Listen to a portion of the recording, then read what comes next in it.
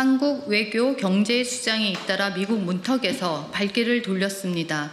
위성나 국가안보실장은 루비오 미 국무장관을 만나지 못하고 귀국했고, 한미 2+2 재무통상협의는 출국 1시간 전 무산됐습니다. 이것이 이재명 정부의 외교 현주소입니다. 동맹국 외교 경제수장이 협상장 문턱조차 넘지 못하고 돌아오는 수모, 기회조차 얻지 못한 외교 고립, 더 이상 변명으로는 가릴 수 없는 총체적 외교 실패입니다.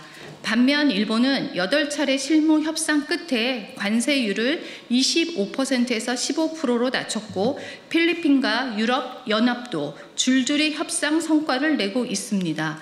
유독 한국만 대화의 장애조차 초대받지 못한 채 철저히 소외되고 있습니다. 김정관 산업부 장관이 급히 미국으로 향했지만 결과는 빈손이었습니다. 실질적 진전 없이 종료됐고 추가 협상만 예고한 채 돌아섰습니다. 이 모든 사태는 돌발이 아니라 예고된 결과입니다. 이재명 정권은 출범 직후부터 G7에서 한미 정상회담 불발, 나토 정상회의 불참, 대북 확성기 중단, 중국 전승절 참석 검토까지 친중 외교와 한미 동맹 이탈 행보를 이어왔습니다. 미국이 수차례 경고 등을 켰음에도 이를 외면한 끝에 오늘의 문전박대, 빈손 협상으로 이어진 것입니다. 지금 미국이 의심하는 건 대한민국이 아니라 바로 대통령 본인입니다. 대통령의 반복된 친중 행보가 동맹으로서의 신뢰를 무너뜨린 핵심 원인이라는 우려가 커져가고 있습니다. 결정적 실책은 지난 4월이었습니다. 이재명 대통령과 더불어 민주당은 한민수 전 총리와 최상목 전 부총리에게 관세 협상은 다음 정권으로 넘겨라며 압박했고, 급기야 국무위원 탄핵까지 강행했습니다. 외교는 연속성이 생명입니다.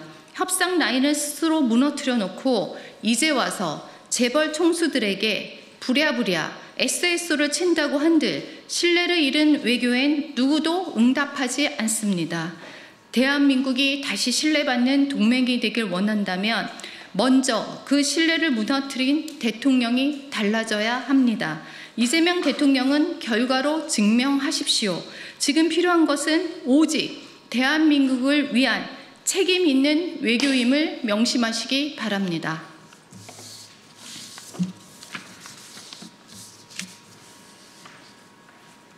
오늘 더불어민주당 박찬대 당대표 후보가 국민의힘 의원 45명 제명을 촉구하는 결의안을 발의했습니다.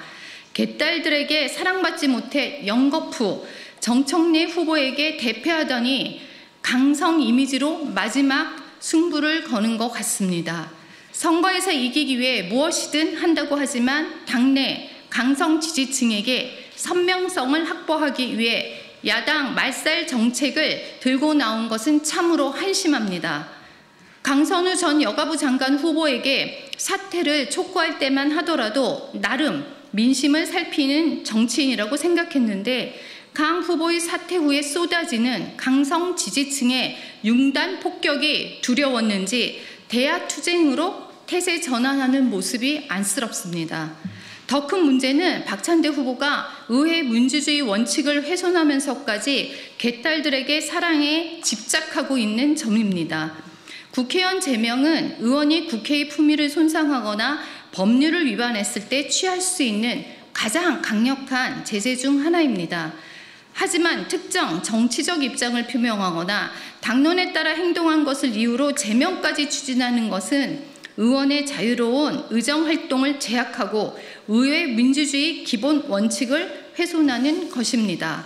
이뿐만 아니라 이는 명백히 다수당의 권한 남용이고 말로만 협치를 내세우며 뒤로는 야당을 무리하게 압박하는 비열한 수단에 불과합니다. 박찬대 후보에게 강력히 경고합니다. 국민의힘을 끌어들이면서까지 남는 장사를 하려는 저열한 선거 전략은 필패할 것입니다. 하루빨리 정신 차려야 정청래 후보에게 겨우 해볼 만할 것입니다.